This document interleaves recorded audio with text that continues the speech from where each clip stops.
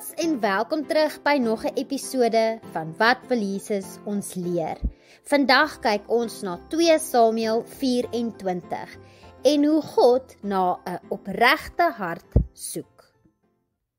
Maats, vandag se les gaan oor koning Dawid en 'n belangrike les wat hy geleer het. Eendag het Dawid 'n fout gemaak. Hy het 'n volkstelling gehou sonder om op God te vertrou. Hy het die mense laat tel om te sien hoe sterk sy leer is, maar hy het vergeet dat dit nie sy weermag is wat vir Israel beskerm nie, maar God. God het hom hieroor aangespreek en Dawid het besef hy het verkeerd gedoen. Hy het berou gehad en gevra wat hy kon doen om dit reg te maak. God het vir hom gesê om 'n altaar vir hom te bou en 'n offer te bring. Dawid het na 'n man met die naam Araunah gegaan, wat 'n dorsvloer gehad het, 'n plek waar koring gemaal is. Araunah het vir Dawid gesê hy kan die plek vat en dit gratis gebruik om 'n offer aan God te bring. Maar Dawid het geantwoord, ek sal nie aan die Here, my God, 'n offer bring wat my niks kos nie.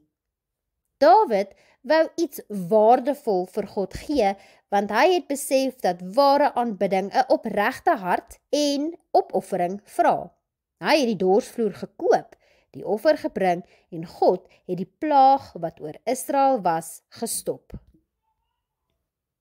Kom ek vertel vir julle 'n storie, die storie van die seun wat gehelp het. Johan het een Saterdag 'n groot sak vol ou speelgoed gehad wat hy nie meer gebruik het nie.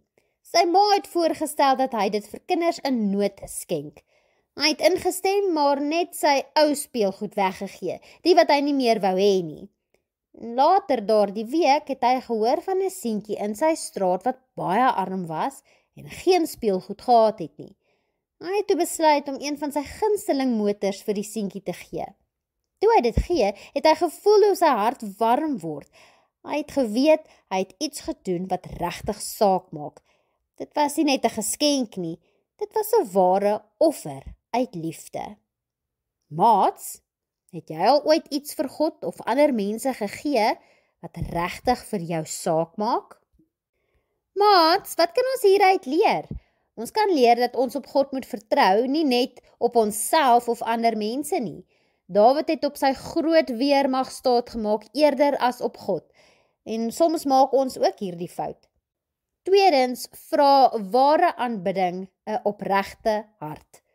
Dawid wou nie vir God iets gee wat hom niks kos nie. Dit wys ons dat ons vir God ons beste moet gee, ons tyd, liefde en gehoorsaamheid. En laastens leer ons dat God ons harte sien en dit waardeer wanneer ons hom eerlik en met liefde dien. Dit is nie net oor wat ons doen nie, maar oor hoe ons dit doen. Die Bybelvers wat ek graag saam met julle in hierdie week wil instuur, is 2 Samuel 24 vers 24.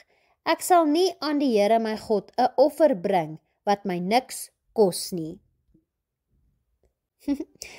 Daar sy maats, wat is iets wat jy hierdie week vir God kan gee wat regtig saak maak?